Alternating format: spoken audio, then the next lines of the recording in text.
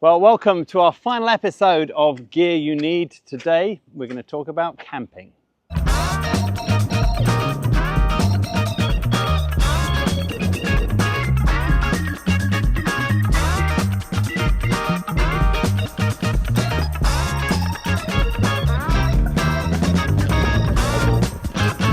Now, the first thing you need to consider is the backpack. If you get that right, you're going to have a much more enjoyable camping trip. Now, firstly, you need to think about something that is substantially bigger than a day pack. We suggest 50 to 60 litres, though you can go bigger if you're going for a long through hike, for example. Next on our list is a carrying system. There's lots of different carrying systems. There's carrying systems designed for women. There's carrying systems with internal, external frames, big belts, small belts. It's really up to you, but make sure that you spend some time making sure the carry system is right. That's going to make a massive difference to how comfortable you are, particularly when you're carrying heavy weights over several days. After that, there's a ventilation. Make sure that it's well ventilated and it feels comfortable even when you get hot and sweaty. Then there's a water carry system. Well, you're going to need to carry a lot of water. It's going to be your heaviest thing to carry. Make sure that's in a good place. We suggest one with a bladder system so it's easy to access as well. And finally, the pockets. Now, this is really a personal choice, whether you have pockets in particular places. I love this pocket here. This one also has a bottom pocket where I can put all my sleeping stuff, and on top of that, everything else in a separate pocket. But again, it's all up to your personal choice. Make sure you spend some time thinking about these things. Get the right backpack, you're off to a great start. Now in Hong Kong, mosquitoes are a real problem, as are midges. And when you go camping, you're going to need to have a good mosquito repellent. Now, there are 4 types of mosquito repellents, according to my research, that actually are effective here.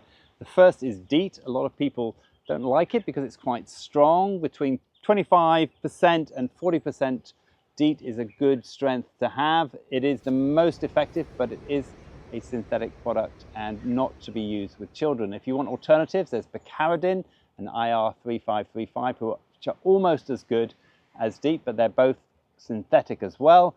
And then finally, there's PMD, which is the only natural mosquito repellent that works as effectively, but you do need to apply it more often.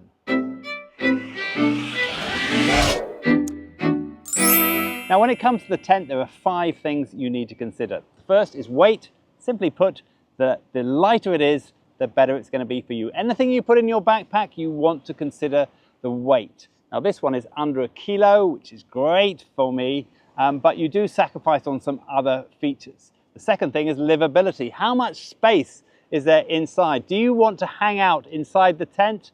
Possibly you're going to a place where there might be a lot of rain and you want to spend time in the tent reading and doing other things.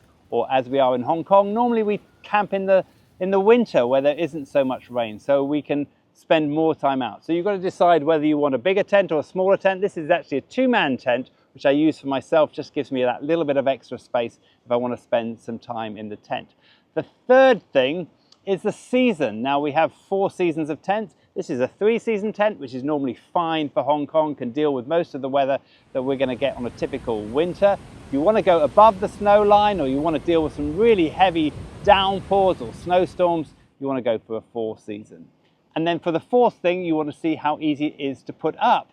This one is a little bit faffy, takes me a little bit of time, but I don't mind because in Hong Kong we don't normally have sudden rainstorms where you would be in a hurry when we're camping in the winter.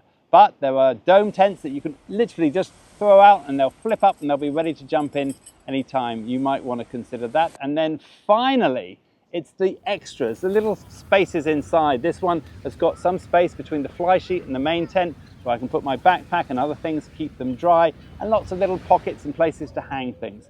That's going to make a great difference. Next is the sleeping bag, and like the tents, they come in different seasons. I tend to go for like a 2-season sleeping bag. This one, as it says on the outside, goes down to 10 degrees. It's probably enough in Hong Kong. If it does get colder, I can always put a down jacket or use other ways to keep myself warm. They come in different shapes as well. You have rectangular ones and these mummy-sized ones, which tend to be a little bit smaller. The key thing again is weight and packability. This one is a down one, so it packs down really tight. Now the disadvantage of down is that if it gets wet, you have a serious problem. So you need to keep this dry.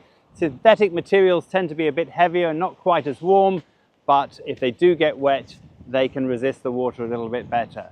So when it comes to sleeping bags, try and think as small as you can and as light as you can get away with for what you need. Now at camp, you're going to need to do some cooking, and for that, you're going to need a stove. There are 3 types to think about. The first is a gas. That's got a little gas canister that normally screws in and then you light it.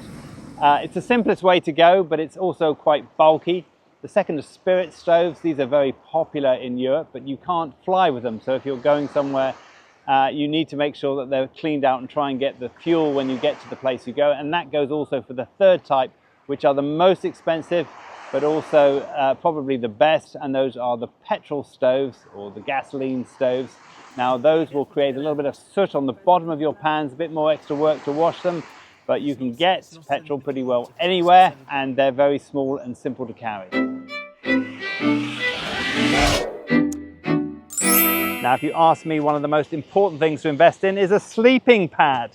Now you can use those roll-out mats, but in my opinion, you're better to invest in something that blows up and gives you a little bit more comfort. A good night's sleep means a good day on the trail. Now these come in different formats, but you want to consider 3 things. The weight, how small it will pack down, and also the warmth, and that is measured in an R value from 0 to 4, 4 being the warmest. They also come in these sort of long parallel lines, also in dimples. You need to try them out, see which one you feel most comfortable on, but spend some time on this one. Getting this right will make a big difference to your night's sleep. Now when it comes to food, you want to try to get dried food. Things like dried noodles or pasta works really well. Anything that has got high energy and has all the water taken out, so you're carrying as little weight as possible. We really like these expedition foods here.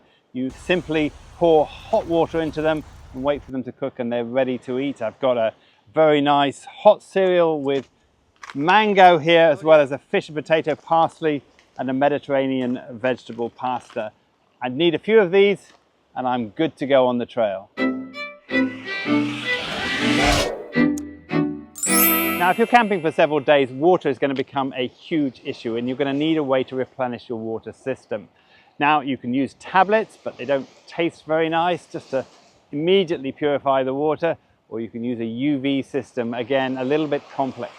We normally use these water filtering systems like this one here, a pump system. There are 2 types, a ceramic type which gives you the best protection, but in Hong Kong we can normally get away with a hollow fiber type like this that does exactly what we need to do, and it means we never run out of water. Now in Hong Kong it can get cold in the winter, so you might want to bring a down jacket. Now when considering this, you want to get something that is small, compact, and keeps you warm. To measure that, they have a thing called fill power. Effectively, the higher the rating, the more the loft, which means the warmer the jacket. Now you've got to offset that against the weight. Obviously, you could have a very high fill power, but it could be a very heavy jacket. So try to get the lightest jacket you can with the highest level of fill power. Also be careful when you're not using the jacket, make sure you unpack it, otherwise the feathers will degrade and it will mean it won't keep you as warm. And the final thing to consider is a light. Now without a light, when it gets dark at night, that's the end of your day. With something little like this, it means that you can continue on into the evening, either hang it in your tent or put it outside where you're sitting, and you can continue to enjoy the evening. Now when it comes to buying a light, there are not just ones that you can hang up like this, you can get these, but something as small as this can have multiple functions. This one has a USB charger as well, gives me extra power for my phone at night and that kind of thing. And also in this case, it has a torch on the other side.